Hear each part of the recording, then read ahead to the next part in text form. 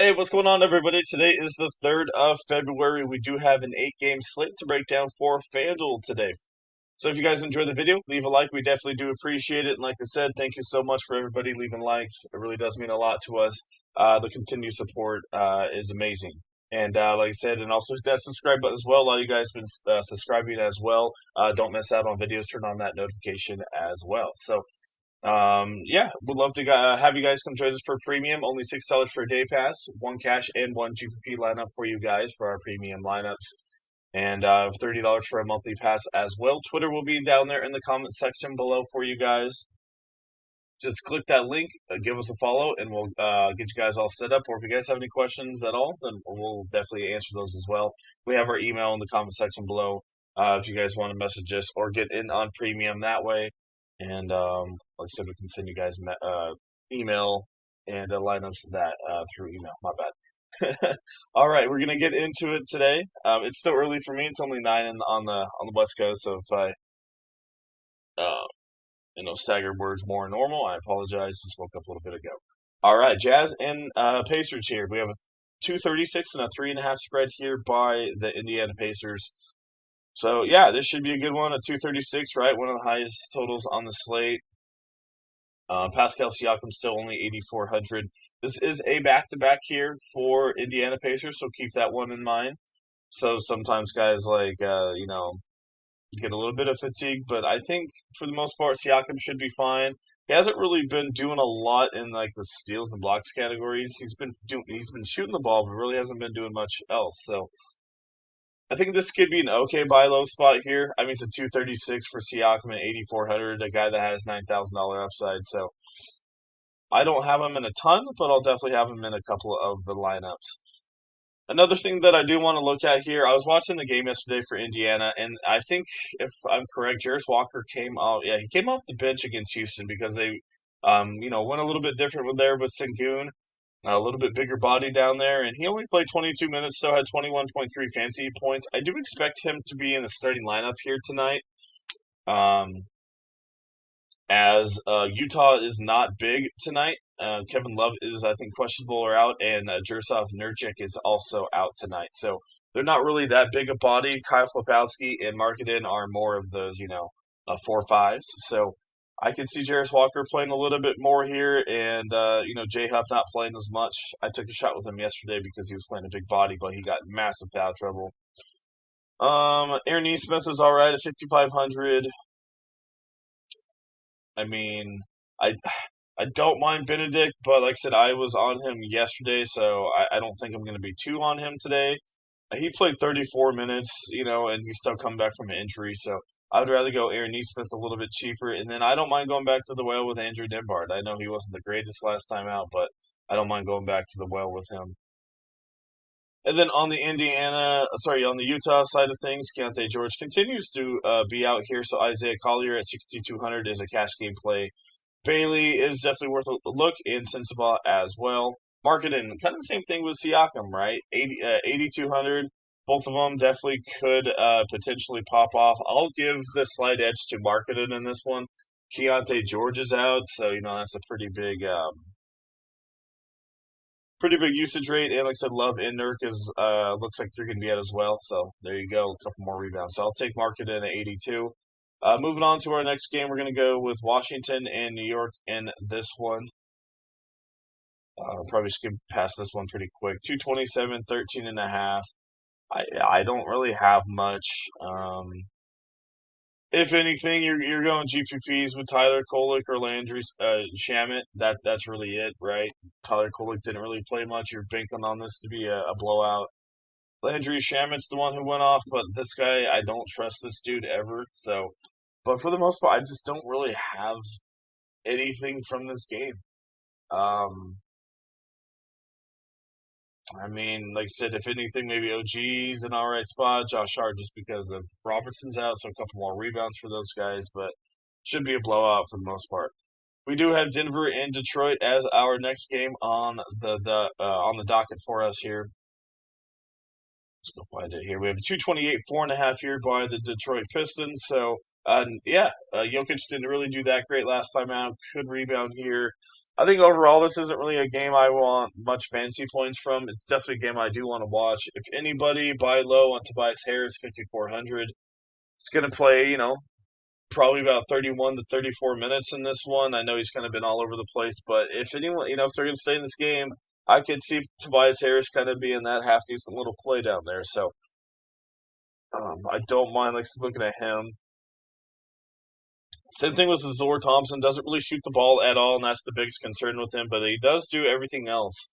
So it's almost a 230 total. Could be a relatively fast-paced game. I expect him to get you about 30, 35. So another half decent play to look at there. And I don't even mind looking up to Cade Cunningham if you guys want to spend up that way. He's been pretty good. Like I said, this should be a good game. So they are in Detroit, so energy's going to be high. Now we got the Lakers and Brooklyn. We have a 222.59.5 spread in this one. Let me see. Michael Porter is going to be back, and it looks like Clowney is back as well. So Brooklyn's healthy to their standpoints, but I really don't have anything from this game. I don't.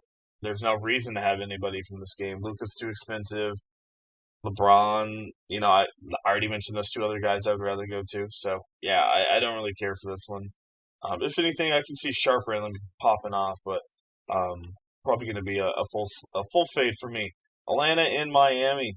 We do have a 241.5, 3.5, so obviously going to be the highest total on the slate, and the one you're going to want to target, 241.5 in this one. So, there are, as we know, the deadline's coming up on the 5th, so just a couple days away. So a lot of these guys, well, some of these guys are personal issues, kind of like Powell, because, who knows if they're going to get traded or if there actually is a personal issue going on. But if Powell is out again, Pelly Larson continues, for some reason, to be really cheap, $5,200, and the guy is absolutely destroying it. So, Powell's out again. Pelly Larson, a little bit cheaper. Drew Smith doesn't get as many minutes as Pelly Larson, but still puts up good fancy points. But if he gets in foul trouble at all, you're kind of screwed. Yaquez, Wiggins, both all right options. I don't know why they've been starting Gardner so much. If he starts, you can put him in there, but you don't really need to go that way. Norman Powell downgraded to doubtful. Yeah, so Drew Smith, Larson definitely come into play. Looks like Nikola Jovic. We're getting some injury news here. Jovic's available. That doesn't really change things. And another guy you can look at is Davion Mitchell at 5,100. Right, he came back, played 20 minutes. Probably going to play about 22 to 23 minutes in this one, and a 240 total at 5,100. Like I said, only thing that sucks is his minutes, but a guy that can get it done. On the Atlanta side of things, I'll skip forward. On the Atlanta side, I would rather go Nickeil Alexander-Walker, a little bit more upside than Daniels. McCollum's an okay cash game option. He's going to get you about 27 to 30, and that's all. Let's see.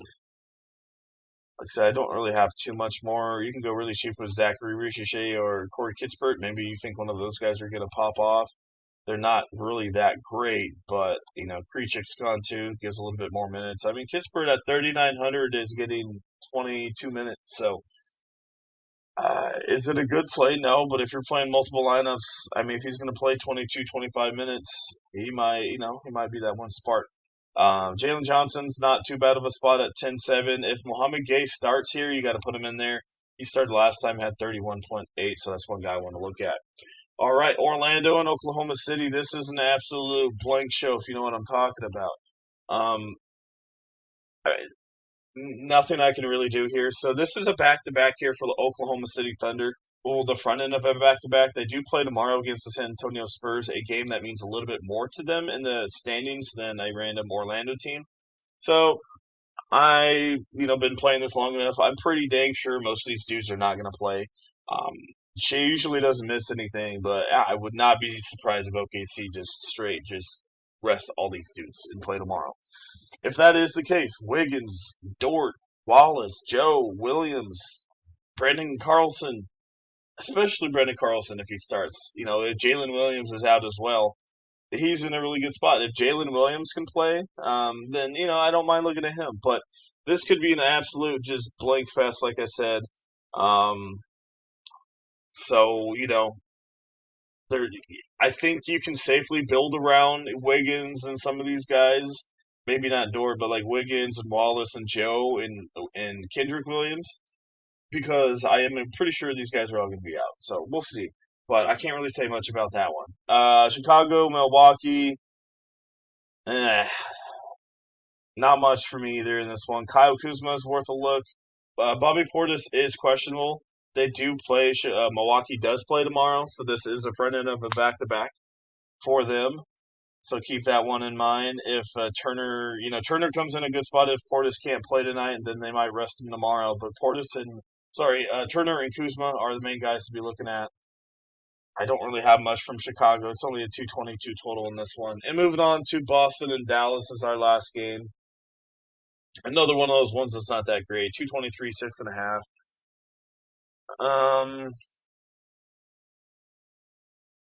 I don't know. I mean, like I said, if Brandon Williams is out, maybe Ryan Nembhard comes into play and gets a couple more minutes. He hasn't really played a ton, but he might be a backup or start. Who knows? And Russell is questionable as well. He doesn't really play much, but Max Christie's a buy low spot at 49. Klay Thompson as well. If Brandon Williams is out, that gives him a little bit more usage right there, and he's been playing pretty big minutes the last two. It's not the greatest game on paper for him, for Klay, but like I said, if there's injuries, then he's not in a bad spot. Gafford at 46, I don't mind looking at.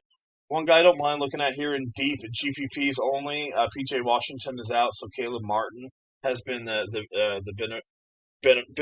benefactory of him being out. So Lakers, Minnesota, Charlotte, and Houston, he has absolutely been playing pretty big minutes besides Houston, but you can still get it done. So Caleb Martin's really not that great, but at 4,200, if he's going to play, pretty big minutes with people continuing to be out, I will take a shot on him. So that's kind of what we're looking at in this one. It's overall a pretty good slate.